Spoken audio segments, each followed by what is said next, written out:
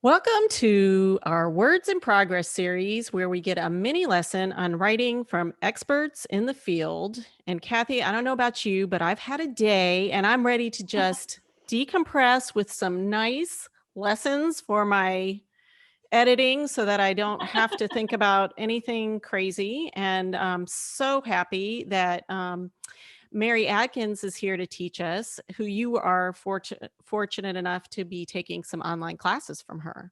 Yes, I am so excited to welcome Mary to join us today. Mary is first and foremost, let's be clear, an author, and she's the author of 3 books, with her fourth coming out. Um, Her books have included When You Read This, and I'll show you my copy here. It's a beautiful cover. I love this cover. And this was named, When You Read This, was named to the 2019 kind of best of books by Real Simple and Fabulous. Ooh, I Yes. probably read about the little blurb on that. Yeah. Well, you should actually read the book. It's Yeah, very that's good. exciting. And then her 2020 book, it was Privilege, which I don't have my copy because someone in my family borrowed it and did not return it. But that was named a best summer beach read by today.com, which is awesome. And they were correct. It was wonderful. And Beach comes out this August. And as a member of her writing class, I got to see the process of the cover.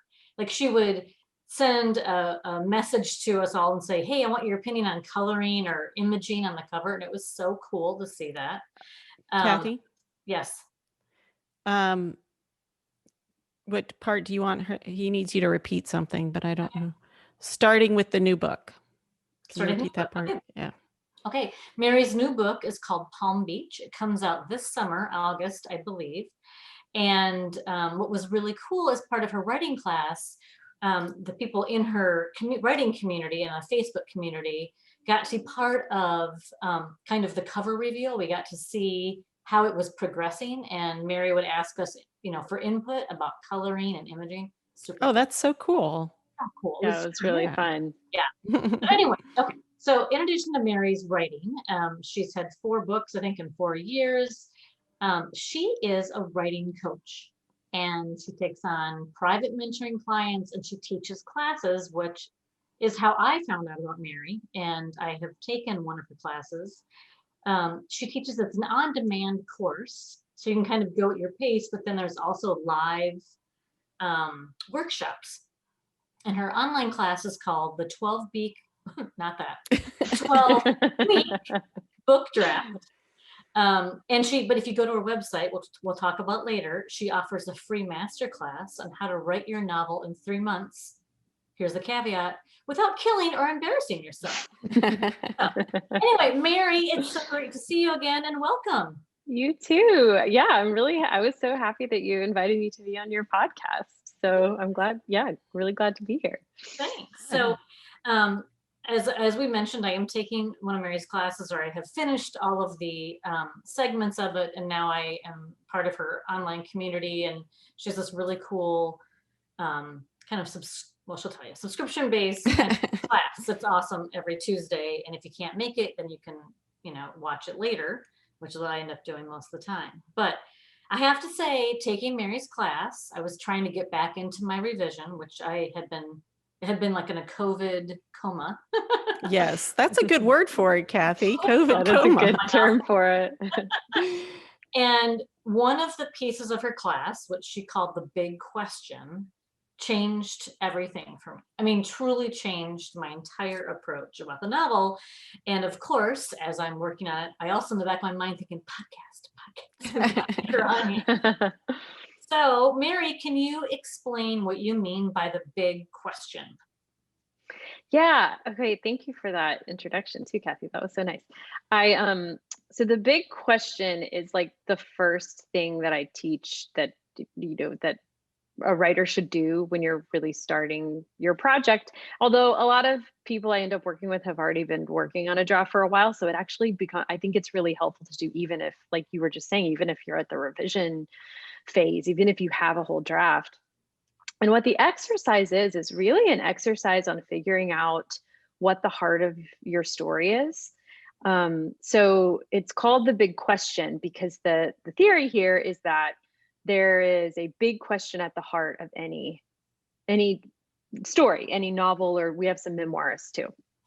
And that question is one that has a few qualities. It's deep, meaning it's not just practical. So it's not just like, should he move to California or not?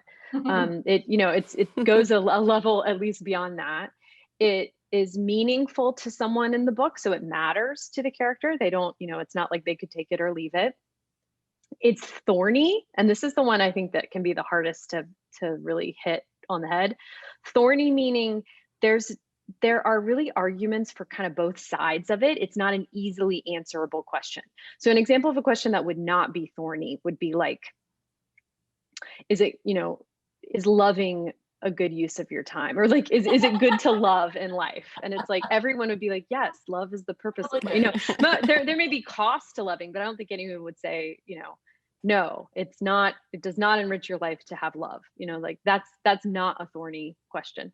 So thorny, you want it to be thorny. You want it to be emotional, to touch on the feelings of at least the main character in your story. And then ethical is the last one, in the sense that it just kind of touches on human values. And that's a light touch. It doesn't have to be like, is it okay to kill? It doesn't have to be like a moral question, but like it touches on human values in some way.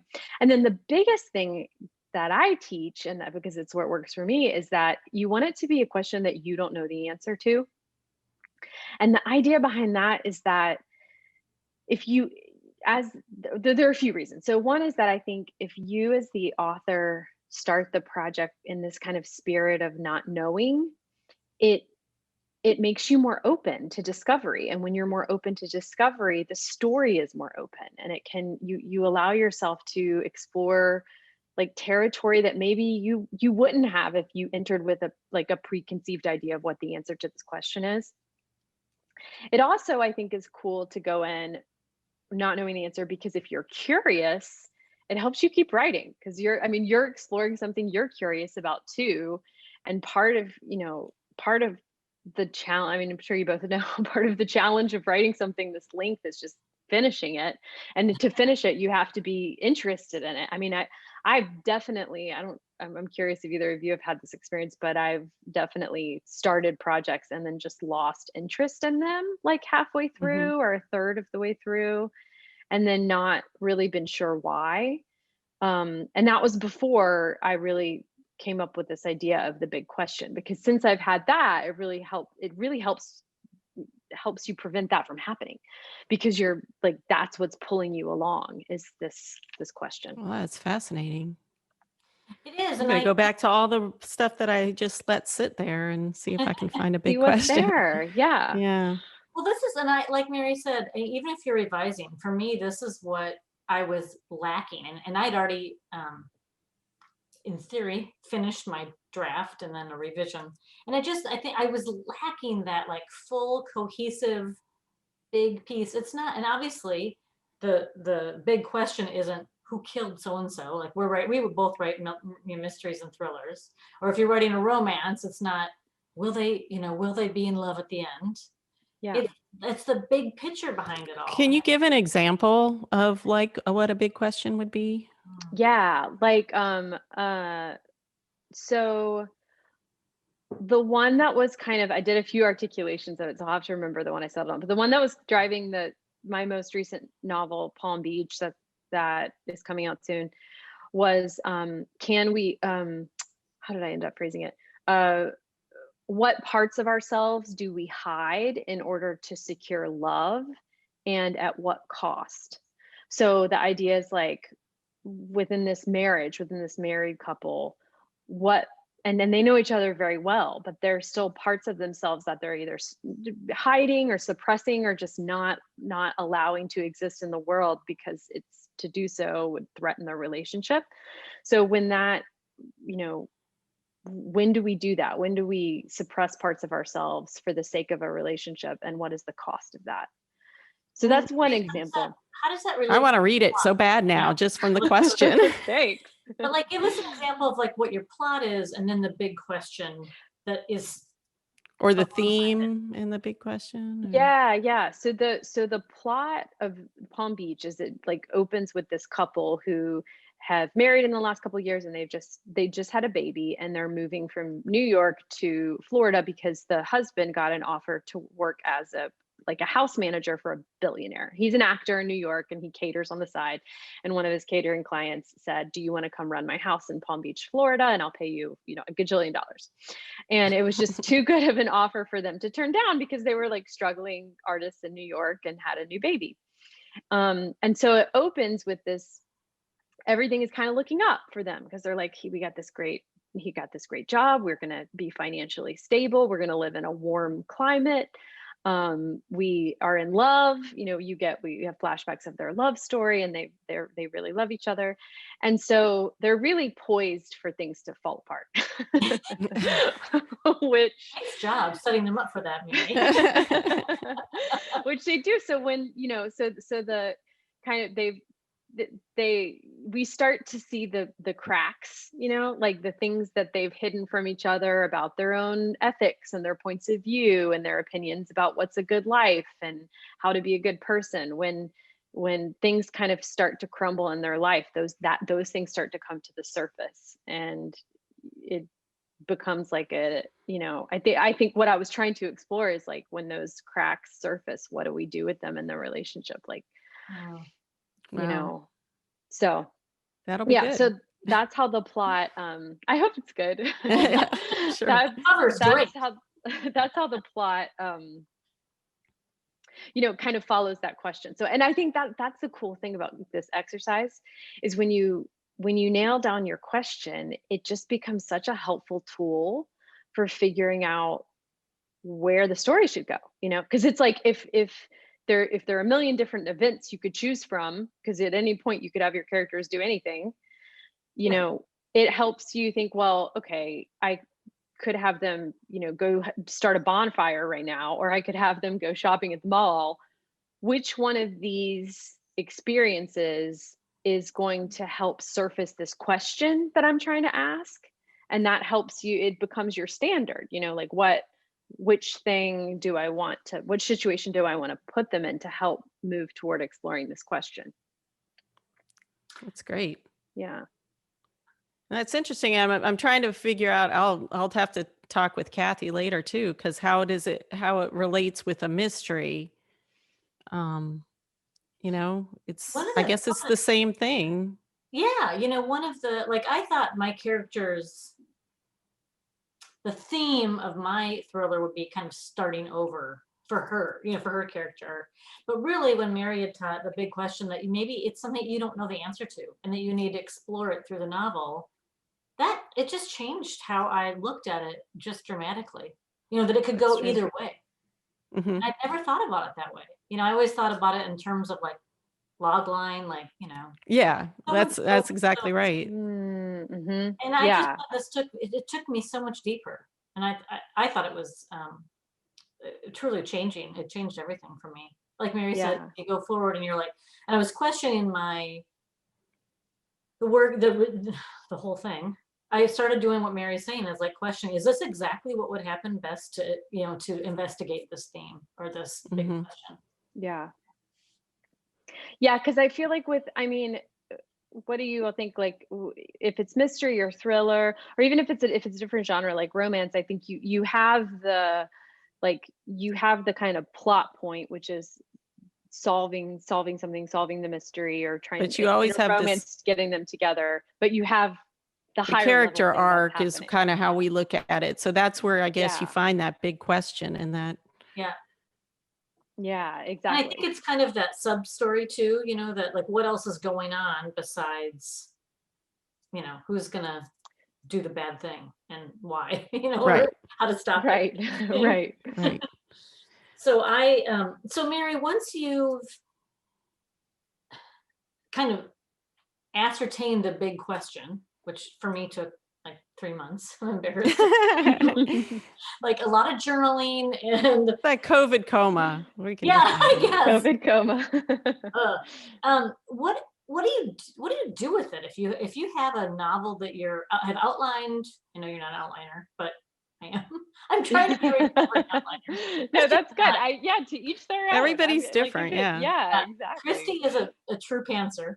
But how do you infuse that like throughout your novel?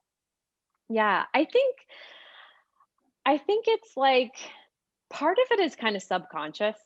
I think it's almost like you articulate the big question and then I'll kind of, I'll write it down, may or may not put it somewhere where I can see it. But I think I don't even really have to put it somewhere I can see it because it's in my brain. So it ends up sort of subconsciously guiding my choices in an interesting way. It's almost like I thought of an analogy for this the other day. I was thinking about how like I feel like I use driving across the country metaphors a lot with writing a novel. There's like so much in common with driving across the country and writing a novel. So it would be like if you're driving from the East Coast to California and like you knew you were going to California, but apart from that, you were in no rush and you kind of wanted to explore the United States, So you're driving around, but it's like your brain knows ultimately you need to end up in California. So maybe you're not, you may not go all the way to the Florida Keys or something. You may like decide to go to Texas or New Mexico because at least those are in the right direction. I feel like it's kind of like that. Like once you articulate the question, your creative spirit or the part of your brain, however you think about it, like the part of your brain that's coming up with the ideas, you've like given it you've given it a compass. Yeah. And you've said like, that's the way you're going. And then that's kind of what comes in. Right. At least that's how it works I think it works more like that for me than consciously. I think I don't really sit down and think, this is my question. Let me think of a specific scene that has to do with that question. Like I'm not that kind of, it feels a little too calculating and boring to me. And I think also with the like, because we're doing the mystery, so we're also having the mystery. So it can almost just be in the background and then be like, okay, we're solving this mystery, but also maybe they should do it here because that will approach this big question or something. Yeah. That's kind of fun. That does sound like fun. Sounds like a trip across the country. Right. It's as fun as a road trip. Yeah. And it can come up even when, like your characters are trying to solve the mystery or whatever. And then like like the internal dialogue or the internal struggle of one of them, it may come up in that way. Like that's what I think is interesting, how the characters will end up kind of struggling with internal issues that a lot of times I think end up being on your theme, on your big question, which is my way of saying the theme. Okay. Yeah, because that's what I kind of was thinking in my head too, but I think it's more concise than just saying a theme, because sometimes people just, use a one-word theme or something, and it's not the big question. Right? Yeah, it's like a theme, but I think with a question mark makes it like more open. Right. I think that when I read, I read mostly Miller's mysteries and thrillers. I've done that twice today. You're coming up with all kinds of fun words. I think we should start calling everything Millers now. It's a mystery and a thriller. That's what I wrote. I wrote a mystery thriller, so it's a Miller. But it is, at the end of it, yes, you want to know who did what or why and, how it was stopped. But you also, that satisfying feeling of like seeing growth or closure in your character, that's for me why that's what's so rewarding to read. I think that's why I love this, because it's not just a theme like we're talking about today, like starting over. This is like the deep, like Mary said, the thorny stuff. I love that. Yeah. Well, do you have like an exercise or something that can help us find this big question or get to the root of our big question? Yeah, I think one thing I think can be really helpful is to just sit down and think about so I gave those criteria, like deep, meaningful, thorny, emotional, and ethical. And you don't know the answer to it. So those are the 6 criteria. But I think the fun exercise can be just sitting down and thinking about what you're curious about, what you're interested in. Because it's interesting. Sometimes we'll do in class, like in this workshop meeting that Kathy was talking about that we have, we'll like look at some people's questions, and it's so dependent on the writer, like just an example that comes to mind. for a potential question at the heart of a book could be like, will unbridled ambition always lead to destruction or something? You know, like is unbridled ambition always going to lead to a dark place? That I find that question fascinating. I think I could potentially write a book exploring that, but someone else might be like, oh no, I'm not interested in that question. So I think the fun exercise can be just sitting down and thinking, what big human questions am I really interested in as a writer that I'm curious enough about that I could sit here and explore this through these fictional characters, you know, for as long as it takes me to write a draft, months. Mm-hmm. Oh yeah, and for the listeners out there, we will make sure that we put those 6 things on our Nice. on our website on the show notes, so that you know you can follow them, because I'm excited to start trying this. I'm like, life-changing. tomorrow. It's fun. Really life-changing for me. So so Mary goes down deep into how to, you know, actually write your book or revise your book. The lessons are amazing. One of the things I really liked, I think we talked about in workshop, maybe not as part of the class, but I'd like you to talk about now is finding an editor, or the value of hiring an editor. Chrissy and I have talked about this for a long time, and we both have been to a lot of writers' conferences together, and we never really heard anyone talking about hiring an editor. And it kind of was this thing that just wasn't, I don't know, we just never had taken classes on it. So can you tell us your experience and what your thoughts are about that? Yeah, I hadn't either. I really didn't know it was a thing that people did until I had written my book. I'd written my draft and rewritten it a few times, and I was trying to get a literary agent. You know, I learned that I need to get a literary agent to be traditionally published. I knew that was the process. And I was having kind of enough success in that I was getting responses from agents, and they would request the manuscript after reading a few chapters of it, but then they would read the whole thing and turn me down. And this was happening for months. Yeah, I think I was happening to my best friend right now too. It's brutal. And I just thought, and then some would tell me, give me notes, and you should rewrite it like this, and you should rewrite it like this. And I would think like, okay, but should I? But then are you going to represent me? You know, it was like, Right. And I don't remember how I think it was just like a Google rabbit hole one night, just an anxiety, while feeling anxious.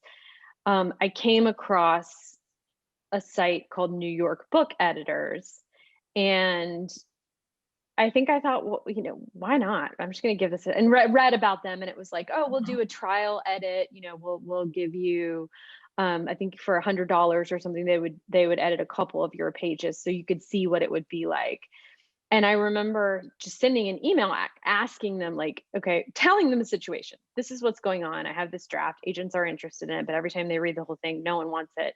I don't really know what to do from here. Is this the kind of thing you could help me with? And got an email back, and I don't remember who it was from, but the person said, yes, totally, we'll do a trial edit.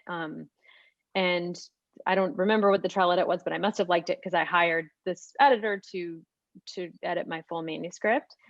And it was like, that was a total game changer for me, because it was this editor. And I think part of it was that I just really got lucky with this person. I'm not sure if a different editor would have been if I would have had as great of an experience, but this particular editor gave me some really tough love about what I needed to do to my draft, which was basically put heart in it. It didn't have enough heart in it. It was like, and as soon as the editor said that, I knew that that was right, because I think I had been so focused on being clever and like trying to sound smart. And I mean, it was fun, and I really wanted it to be funny. So I think there was a lot of humor in it, but I'd really not put myself on the line. Like I'd really not allow. I think I was also afraid of being cheesy, and I'm not sure where that came from, but that was a writerly insecurity of mine. It's like, I don't want to be cheesy or sentimental, so I'm not really going to let my characters have emotions.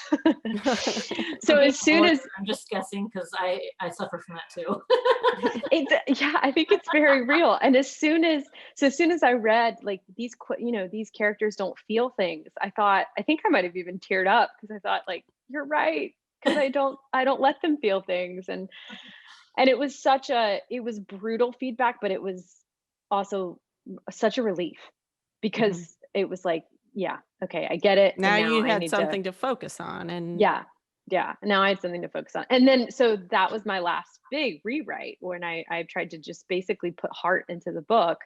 And then I sent it to one of the agents who had turned me down.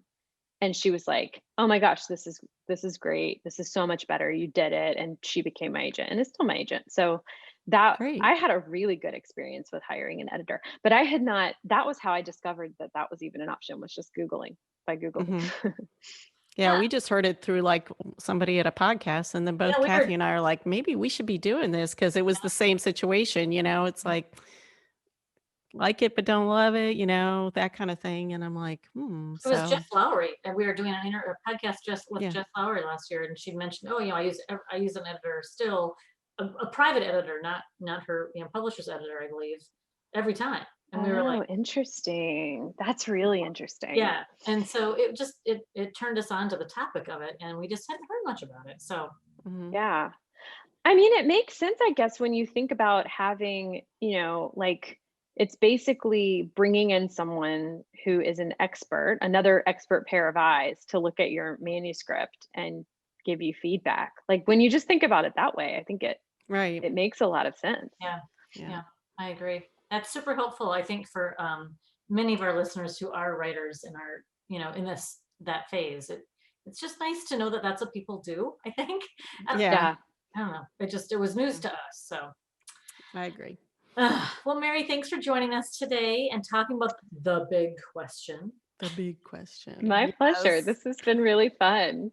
I know. It's Yeah, great. I'm so excited to get working on it now. Kathy's been talking about all the interesting stuff she's learned, so I'm excited that I'm getting to get a window into that. And it's great for our Words in Progress series, so all the writers out there can also get a little insight and then maybe say, "Okay, we're going back to Mary for some more." Yeah, well, I'm here to plug it. But so Mary, if our listeners have any more questions about your writing, I'll hold up when you read this, or your classes, what's the best way to reach out to you? My website is my name, Mary Adkins with a D, like donut, not like the diet. MaryAdkinsWriter.com. And yeah, if they have any questions, there's a question button. You can just shoot me a question. You could watch the masterclass. You can check out the course, um, and that kind of stuff. And a bunch of blog posts on stuff too. So there's a lot of free material Yeah, you there. should sign up for Mary's newsletter if you're not gonna do anything, because she's Yeah, chock full of good information every week, is yeah. it? Every Friday, I send out like writing tips and thoughts too. Yeah. So you can Awesome. sign up for that on my website as well. And I will Great. say, I'm plugging a lot, I'm sorry, but it is a really cool, it's a really great positive community of writers. And So we all are part positive. of different writing groups, and this is by far the most positive group of people I've. Oh, that's great. That I is great because, know. It makes me it's hard so enough. We're hard happy. enough on ourselves. We don't need somebody Yes. always But being I negative. think it's because that's how Mary. That's the attitude she fosters, and it just is very prevalent. So Yeah, Great. it's a positive vibe, and I'm glad to hear that's your take on it too. it is absolutely, absolutely. Well, thanks so much for joining us, and we will have the 6 criteria for the big question on our website, and we'll send that out in our the episode update. And thanks for Yes. joining us, Mary. Yes. Thanks. Thank you. Thanks to you Cheers. both. Here's This our one. was fun. And I don't have any. Yeah, Cheers. we should start doing these with wine, I think. I'm just saying. I don't know.